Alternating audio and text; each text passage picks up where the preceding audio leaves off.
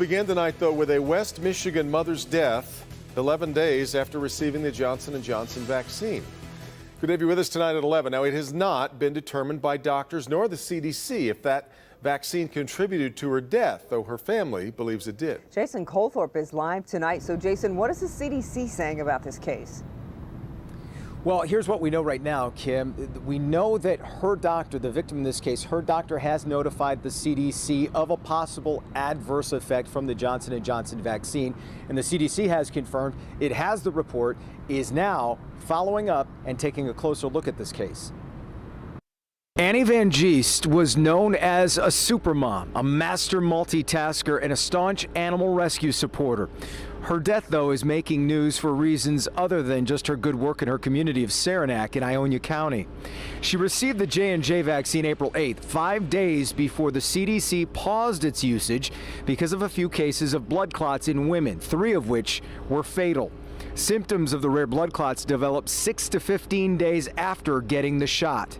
These initial symptoms are fairly vague and nonspecific, mainly headache, but importantly, the headaches for these started 6 or more days after vaccination. Van Geest's family says her headache started on April 16th, 8 days after her shot. She died 3 days later on the 19th.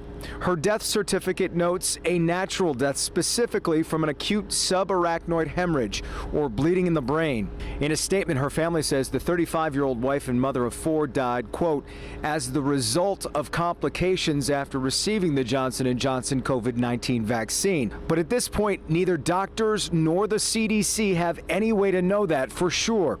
When the CDC restarted the J&J vaccine on April 23rd, it acknowledged there would likely be more cases of the rare blood clots, but it believed doctors had a better understanding of how to treat it, and it did not discourage anyone from getting it. Now, it's important to note here that doctors say they have not seen any evidence yet that this woman died from a blood clot in the brain. The death certificate says she had bleeding on the brain, but that is technically different than a blood clot. And subarachnoid hemorrhages like this had absolutely nothing to do with why the J&J vaccine was paused in the first place.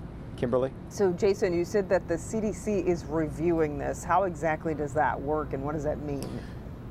It starts with, they call it a VAERS report. That's the system that reports adverse effects, possible effects from the vaccine.